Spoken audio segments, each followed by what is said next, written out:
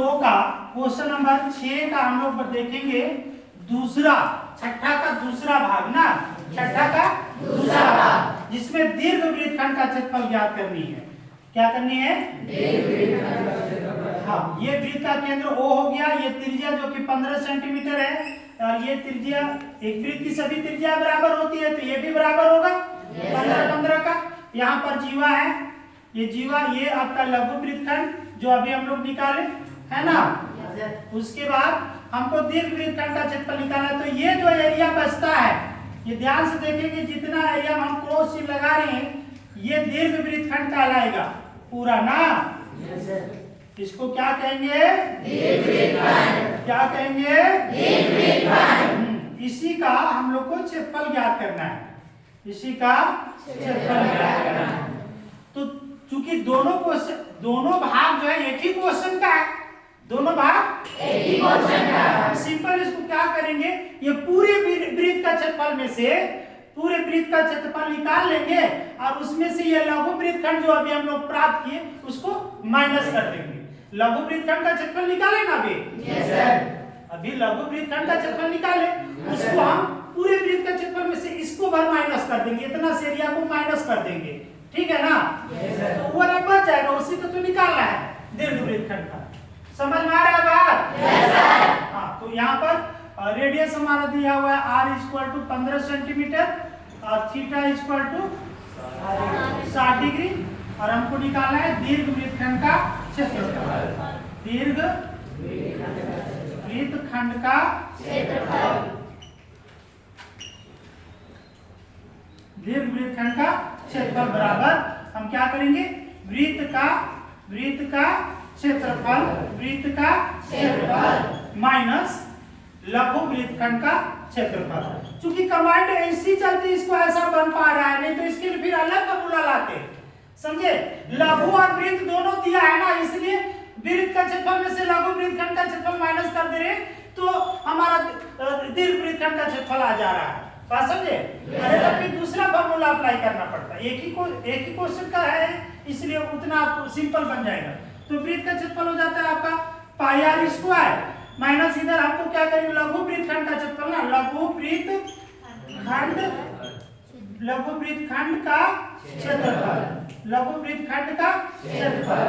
तो वृत्त का क्षेत्रफल हो गया आपका पाई r स्क्वायर माइनस लघु वृत्तखंड का क्षेत्रफल अभी निकाले हैं, आपको दोबारा से निकालने की जरूरत नहीं है, एक ही क्वेश्चन का ये है इसलिए दोबारा से इसमें निकालना नहीं है। कितना अभी लाए लघु वृत्तखंड का क्षेत्रफल वो लिखना होगा यहाँ पर,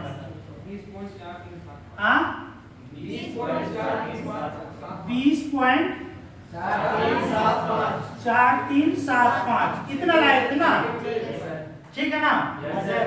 इतना सेंटीमीटर स्क्वायर लाए थे। अब देखते हैं इसका पूरे वृत्त का क्षेत्रफल कितना सेंटीमीटर स्क्वायर आता है वो निकाल लेते हैं। पाई का मान 3.14 बैठा लेंगे इंटू r का मान 15 गुना 15 माइनस इधर 20.4375, ठीक है ना। 15 को 15 से गुना करेंगे 225, इधर गुना कर लेते हैं, ठीक है ना। 225 यानी 3.14 गुना 225 कर लेते हैं, वृत्त का क्षेत्रफल निकल जाएगा। 5 चौके 20 का 0 हाथ में 2, अब 5 एक का 5 और 2 7, अब 5 दिया 15, एक अंक के नीचे क्रॉस करेंगे, फिर 2 चौके 8, फिर 2 एक का 2, फिर 2 दिया 6, फिर एक अंक के नीचे क्रॉस, फिर 2 चौके 8, कोई दिक्कत क्या, फिर 2 एक का 2, फिर 2 दिया 6, ठीक है। 0 8 7 15 का 5 हाथ में 1, 8 2 10 5 15 हाथ वाला 1, 16 का 6 हाथ में 1, 6 2 8 और 1 9 और हाथ वाला 1, 10 का 0 हाथ में 1, 6 और 1 7, कोई दिक्कत क्या, नो सर। 2 अंक के बाद 10 वाला बैठ जाएगा 706.50 ना, 706.50 माइनस 20.4375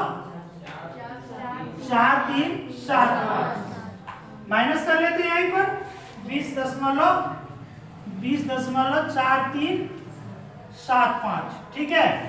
इसके ऊपर 0 ले लेते हैं अपने से, घटा लेते हैं 10 में 5 तो 5, में 7 तो 2, यहाँ बचेगा 9, 9 में 3 तो 6, इधर बचेगा 4, 4 में 4 तो 0, फिर यहाँ 10 आ जाएगा, 6 में 0 तो 6, है ना। और इधर हमारा 10 में 2, और इधर बचेगा 686.0625।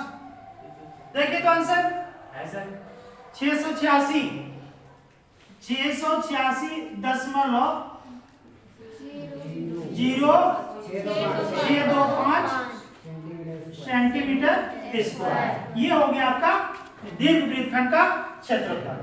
ओके।